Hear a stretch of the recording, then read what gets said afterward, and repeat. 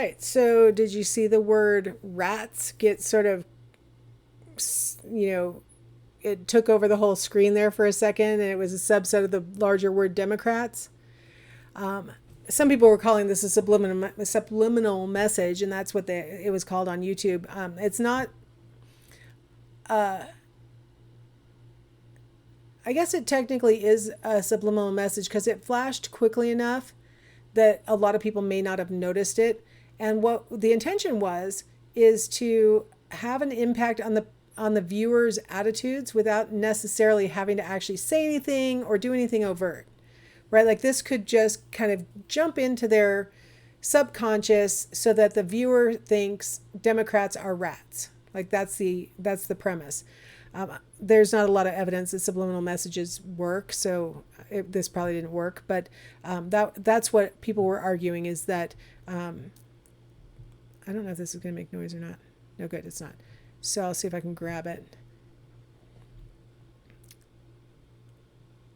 Yeah, this is from the 2000 election. And they're saying a bunch of words and trying to convince on sort of a rational, reason-based way. But I think I might have missed it already. Oh, I didn't see it. Was right. It went too fast. I don't have fast enough reaction time, but it wasn't out of the word Democrat. It was out of bureaucrats. And so like the word rats was really big on the screen as it zoomed in to land where it was going to be. And the idea is we can use this this distraction or the visual image of the word rat to sort of jump right into the subliminal subconscious, so the person will develop an attitude that they might not have done just based on the rational reasoning that was provided in the narration. So some ways to stimulate people's thinking.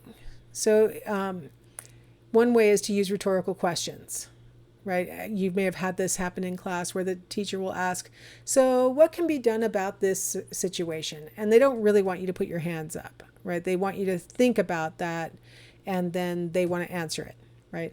Another way to stimulate people's thinking is to have multiple speakers, and especially multiple speakers that are going to say the same basic thing, because then you get that sleeper effect where you have a listener who has heard the same message from multiple sources and they start to think, wow, it looks like everybody agrees with this, even though obviously it's a bunch of people all standing on the same stage. But if multiple people give the same message, to bring this more to an interpersonal, like super close level, one of the things that I always thought was super important when we were raising our kids is that on big issues that my husband and I needed to be in alignment. Like we needed to agree and be, sort of a united front.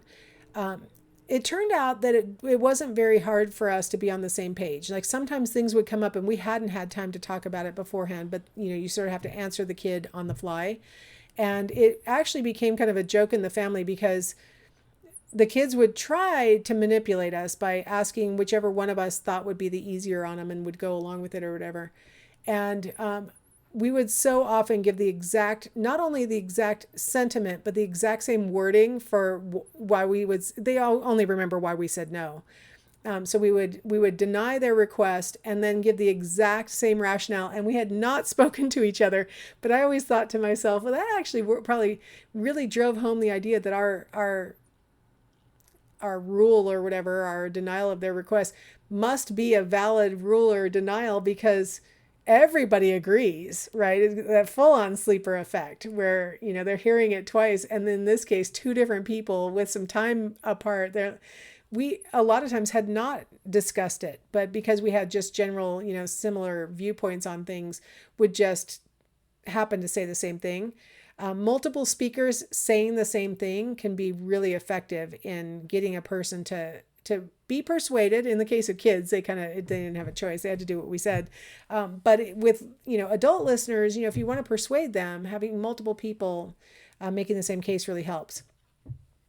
If you can make the listener feel responsible for some outcome, like their action or their attitude or their belief really has an impact on outcomes, that can really stimulate them to think, okay, so what can I do, or what should I do, or am I really responsible? Or, it stimulates them to think about what you're saying.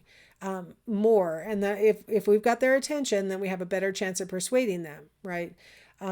Repeating the message several times, again, that, super powerful sleeper effect. So repeating the message, introduce what you're going to be talking about, talk about what you're going to talk about, and then tell us what you just talked about. Like that kind of repetition will really make it more likely that the listener will, through one of those presentations, actually have heard your message, like what you're trying to talk about.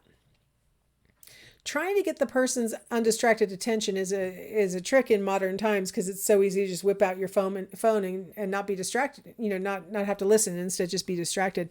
But if you can get a person's undistracted attention, so that's why, like in the movie theater, you're supposed to turn off your phone. You're not supposed to be talking, and then they'll have some kind of PSA kind of message that they'll play at the beginning of a movie.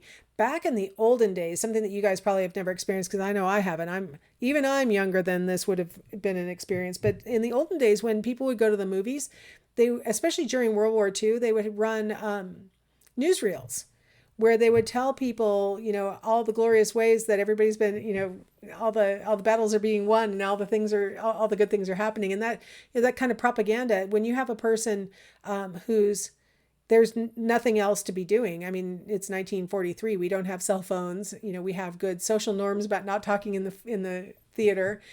People are just watching it and actually hearing the message.